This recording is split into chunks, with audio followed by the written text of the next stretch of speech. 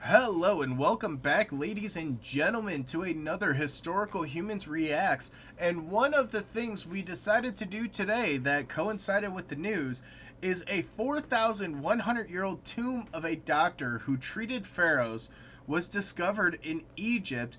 And this ties back to our most recent Historical Humans podcast. Links are in the description, where we talked about Old Kingdom Egypt and some of the burial practices that accompany it. And would you look at this? Would you believe it? Yeah, this is a 4,100-year-old tomb found at Saqqara, which was the traditional pharaonic burial grounds of the Old Kingdom. Yeah. And this particular tomb, this particular doctor, comes right at the end of the transition from Old Kingdom to Middle Kingdom Egypt, as he would have been buried in 2100 BCE. Wow. So, this is a long time ago, and it's not even the oldest thing in Saqqara. Oh no, not by a Not long by a long shot. shot. This guy's about 500 years late to that party. But it still is very interesting, and one of the reasons why we did decide to discuss it, beyond the fact that it ties into our podcast, link in the description, Yeah. is we talk about burial practices quite regularly because it gives us quite an insight into the culture, into the people, into the belief systems. And with the ancient Egyptians, we're very lucky in that they love to draw pictures on the wall. They love to just describe everything in great detail, and that benefits us as the modern people researching and looking back into it. So the fact that this tomb and a lot of tombs in Egypt have hieroglyphics on the wall gives us an insight, but we're also able to see what was important, what people cared about, what they wanted to preserve in the afterlife. And the fact that we have a doctor of the pharaohs getting such a regal burial and such a prominent burial in this burial ground just kind of indicates a lot of the importance that they would have held in society at that point.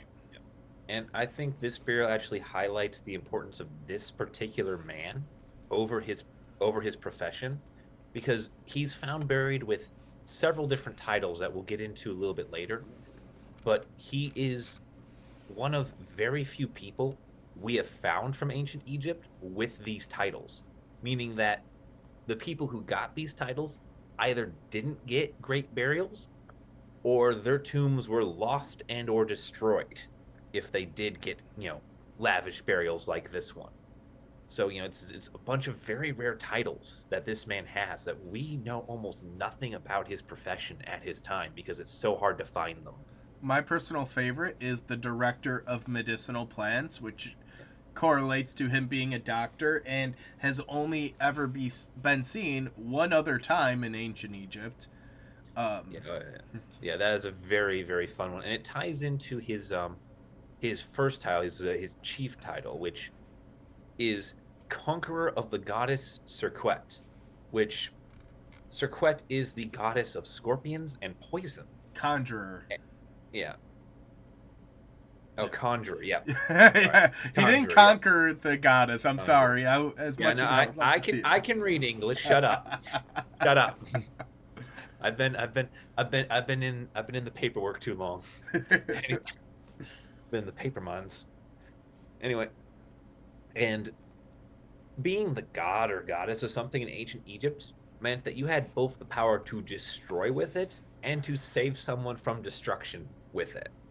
So him being the conjurer of Serquet doesn't mean that he is the pharaoh's assassin and chief poisoner. It means that he's very good at treating poisonous animals and the wounds they tend to give humans. So this man, this just it reflects how very skilled this man was and how advanced Egyptian medicine was. That they had treatments for anti-venom. Yeah, like I got attacked by a scorpion. Yes, I have right to plant for that. Yeah, Who are yes, you who is so wise in the yeah, ways of medicine? yeah. Big scorpion or little scorpion? Big, you'll be fine. And he also, on top of being the conjurer of Serket, he was the director of medicinal plants, and that he was also a chief dentist, which was another rare title. So this man really did it all. He was a man of many trades. Yeah. Yeah, he's clearly the main physician of the royal court. He's probably the physician of the pharaoh himself. And fun fact here, we do not know anything about Egyptian dentistry. We know almost nothing about that entire field. They had to have it because obviously they are curing venomous wounds. So fixing a toothache had to be something they had some sort of equipment for. It's just very interesting because his tomb, one, is very, very vibrantly colored, but it also depicts a number of vases filled with what is only presumed to be medicines of some sort. Yeah. Um,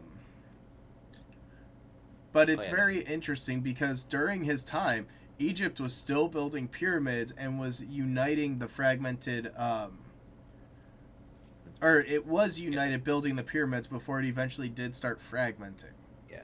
Yeah. His time period is sort of Egypt coming back into itself from its shatter point at the end of the Old Kingdom. This man, his tomb is, if we take the year 4100 as the exact date, which, bad archaeological practice to begin with, but let's just pretend here, then this man died 50 years after the reunification of Egypt under the Middle Kingdom. So, he's right there on the return to normalcy. It's also kind of sad too because while the tomb itself is in great condition, the color on the walls, it has been entirely ransacked where there was nothing left and not even the body remained. And this correlates with a point we talked about during our podcast episode, link below, was that a lot of Egyptian tombs were raided and looted because they would put a lot of valuables in it. And that was a very common practice. Even after interment, like a few years down the line, people go, they forgot about him, and they'd go and loot it and take whatever valuable was in there. However, we also do have a group that we like to refer to as the British, who in the 1800s liked to eat mummies. And if they weren't eating the mummies, they were grinding them up into a fine paste and creating a pigment known as mummy brown with them. Yeah, the British, though, did have one small courtesy in that they wrote down what they took from whom most of the time. So this is probably a much older looting. The tomb appears to be one of those rock cut tombs where they find the side of a cliff in a little crevice and they just start carving a nice little cubicle for you to spend eternity in. Hey, at least they had the courtesy of painting the walls while they were at it. Yeah, yeah. But the American version is gonna have the little hang in there posters. no, mine's just gonna be American flags plastered on the walls.